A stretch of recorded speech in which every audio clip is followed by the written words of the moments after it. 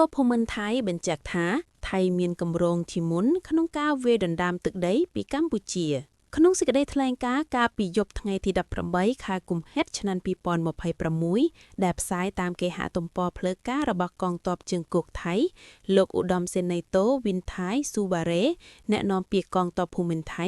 បានឆ្លើយតបទៅនឹងកិច្ចសម្ភាសន៍របស់សម្ដេចធិបតីហ៊ុនម៉ាណែតនាយករដ្ឋមន្ត្រីកម្ពុជាជាមួយទីភ្នាក់ងារសារព័ត៌មាន Reuters ដែលមានប្រសាសន៍ថាកងទ័ពថៃកំពុងកាន់កាប់ទឹកដីកម្ពុជានិងដំឡើងតួកុងតឺន័រនិងដាក់បន្លាលួសរារាំងជនភៀសសឹកប្រមាណ80,000 នាក់មិនឲ្យត្រឡប់ទៅផ្ទះវិញ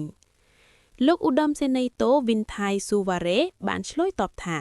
កម្ពុជាដឹងច្បាស់ថាតំបន់ដែលកំពុងមានជម្លោះជាដីរបស់ថៃកាលពីអតីតកាលថៃបានផ្ដល់ជំរកដល់ប្រជាជនកម្ពុជាដែលរត់គេចពីសង្គ្រាមប៉ុន្តែបន្ទាប់ពីសង្គ្រាមបានបញ្ចប់ប្រជាជននិងទាហានកម្ពុជាជាច្រើនមិនបានត្រឡប់ទៅប្រទេសខ្លួនវិញទេប៉ុន្តែបែរជាបានពង្រីកការរស់នៅលើដែនអធិបតេយ្យរបស់ថៃបានដាក់ការតវ៉ាជាច្រើនតាមយន្តការផ្លូវការប៉ុន្តែកម្ពុជាមិនបានឆ្លើយតបនិងមិនបានដោះស្រាយបញ្ហាដោយបញ្ជូនពលរដ្ឋខ្លួនត្រឡប់ទៅដីកម្ពុជាលោកបន្តទៀតថាដូច្នេះប្រជាជនទាំងនេះមិនអាចចាត់ទុកថាជាជនភៀសសឹកដោយដែលនាយករដ្ឋមន្ត្រីកម្ពុជាអះអាងនោះទេប៉ុន្តែជាក្រុមដែលបានប្រព្រឹត្តអំពើខុសច្បាប់និងបំពានលើអធិបតេយ្យភាពថៃជាបន្តបន្ទាប់ដែលធ្វើឲ្យពលរដ្ឋថៃបាត់បង់សិទ្ធិចូលប្រើប្រាស់ដីធ្លីតាមសិទ្ធិរបស់ខ្លួនតាមរយៈពាក្យសម្ដីបែបនេះសាធារណជនទូទៅអាចយល់បានថាការផ្ទុះសង្គ្រាមពីលើកកន្លងទៅពលគឺលើកទី1នៅថ្ងៃទី24ដល់28ខែកក្កដាឆ្នាំ2025និងលើកទី2នៅថ្ងៃទី7ដល់27ខែធ្នូឆ្នាំ2025គឺជាគម្រោងវាយដណ្ដើមកាន់កាប់ទឹកដីពីសំណាក់កងទ័ពថៃយ៉ាងពិតប្រាកដពីព្រោះថៃចាត់ទុកថាដីនោះជារបស់ថៃដែលត្រូវដណ្ដើមយកវិញនេះបើយោងតាមសេចក្តីថ្លែងការណ៍របស់អ្នកនាំពាក្យកងទ័ពជើងគោកថៃ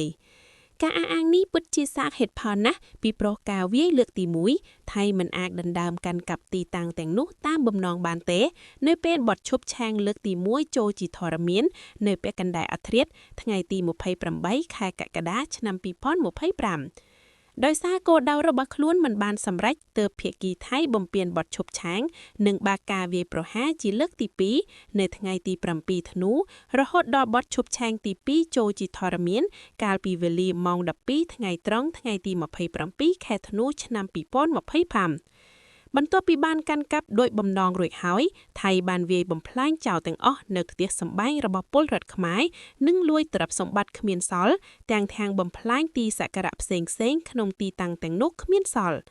កងទ័ពថៃបានធ្វើឲ្យមានស្ថានភាពផ្លាស់ប្ដូរថ្មីនៅនឹងកន្លែង Fait accompli ដើម្បីកាន់កាប់ជាអចិន្ត្រៃយ៍ដូច្នេះពីពេលនេះទៅការសង្ស័យអំពីថាអ្នកណាវាយមុនលែងជាបញ្ហាទៀតហើយចុះសួរថាតើទីតាំងទាំងនោះជាដីរបស់ភាគីណាជារបស់កម្ពុជាឬថៃរឿងនេះក៏មិនពិបាកដែរពីព្រោះថៃអះអាងថាទីតាំងទាំងនោះជារបស់ខ្លួនហេតុអ្វីថៃមិនប្រើយន្តការបច្ចេកទេស JBC ដើម្បីវាក់វែងតាមសំណើរបស់ភាគីកម្ពុជាបែរជាប្រើកម្លាំងយោធាទៅវិញការវាស់វែងតាមរយៈក្រុមអ្នកជំនាញក្នុងយន្តការ JBC ដើម្បីដឹងថាតើទីតាំងទាំងនោះជាកម្មសិទ្ធិរបស់កម្ពុជាឬថៃគឺជាមធ្យោបាយតែមួយគត់ដែលអាចផ្ទៀងផ្ទាត់បានដោយដែលលោកនាយករដ្ឋមន្ត្រីហ៊ុនម៉ាណែតបានបញ្ជាក់សង្ឃឹមថាភាគីថៃមានសេចក្តីក្លាហានក្នុងការធ្វើរឿងនេះដើម្បីស្ដារមុខមាត់របស់ខ្លួនថាថៃមិនមែនជាអ្នកឈ្លានបានទឹកដីកម្ពុជានោះទេដោយដែលខ្លួនតែងតែអះអាងជាបន្ត